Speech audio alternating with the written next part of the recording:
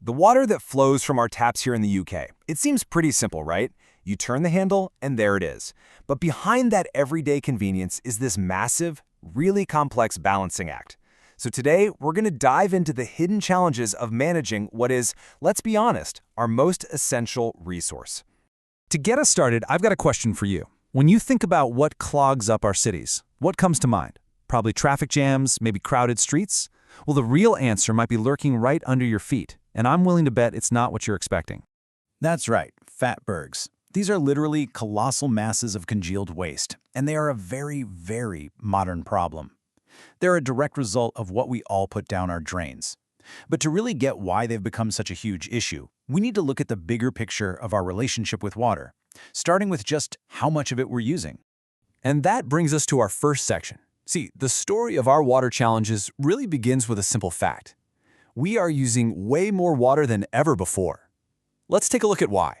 Just look at how much our daily habits have completely cranked up our water use. I mean, a few decades ago, things like dishwashers and power showers, they were luxuries, not standard issue.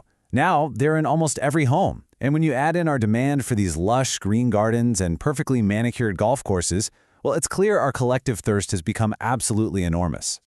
Okay, but here's the thing. It's not just about the amount of water we're using. The real crunch comes for what we're putting back into the system. This is the pollution problem, and, you guessed it, it's where those fatbergs come right back into the picture. So what is a fatberg, really? Well, it's basically a grim cocktail of everything we shouldn't be putting down our drains. When all that cooking fat, oil, and grease meets stuff that doesn't break down, like wet wipes, they bind together. They form these solid masses that can grow to be the size of a bus. And as you can imagine, getting rid of them is a huge and very expensive job for the water companies. Now, what we flush and pour away at home is a massive part of the problem, for sure. But it's really just one piece of the puzzle. Our rivers and streams are also under assault from much larger sources of pollution, and these have some pretty far-reaching consequences for the environment. And this shows one of the biggest threats out there: agricultural pollution. When fertilizers and pesticides from farms wash into rivers, they trigger this dangerous chain reaction called eutrophication. It's like a super steroid for algae, causing these massive blooms. This algae then blocks all the sunlight, starving other plants.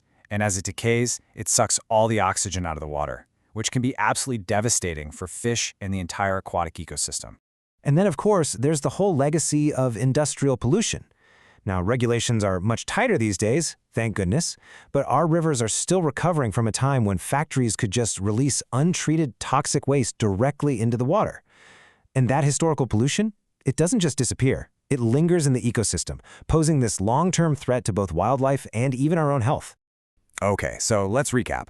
We've got rising demand, we've got a serious pollution problem, but wait, there's another huge challenge layered on top of all of that: simple geography. Here in the UK, the water simply isn't always where the people are. And this, right here, this lays out the core dilemma perfectly. You've got regions like Scotland and the Lake District that get absolutely drenched with rain, but have relatively small populations. And then you have the southeast of England, a really densely populated, thirsty region that gets much, much less rainfall.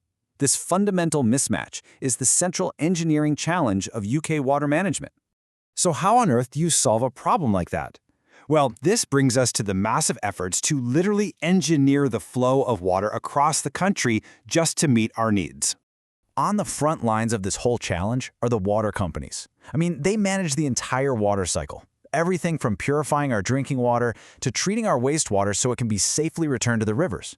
They're also coming up with some pretty cool solutions, like pollution traps and even creating artificial wetlands that basically use nature to filter out all the nasty stuff. But to solve that big geographical mismatch we were just talking about, a much more ambitious solution is on the table: large-scale water transfer schemes. The idea is, in concept, pretty simple: move water from the wet parts of the country to the dry parts.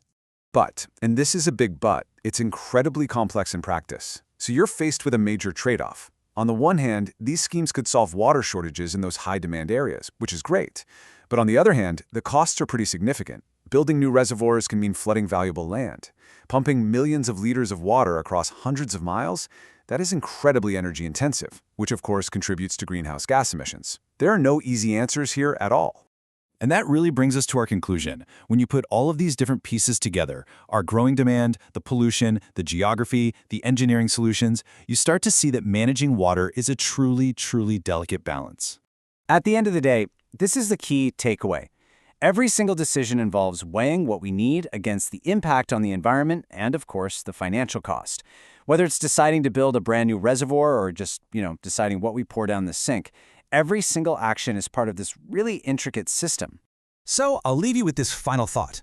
We all pay for water on our utility bills, sure, but what is its true price?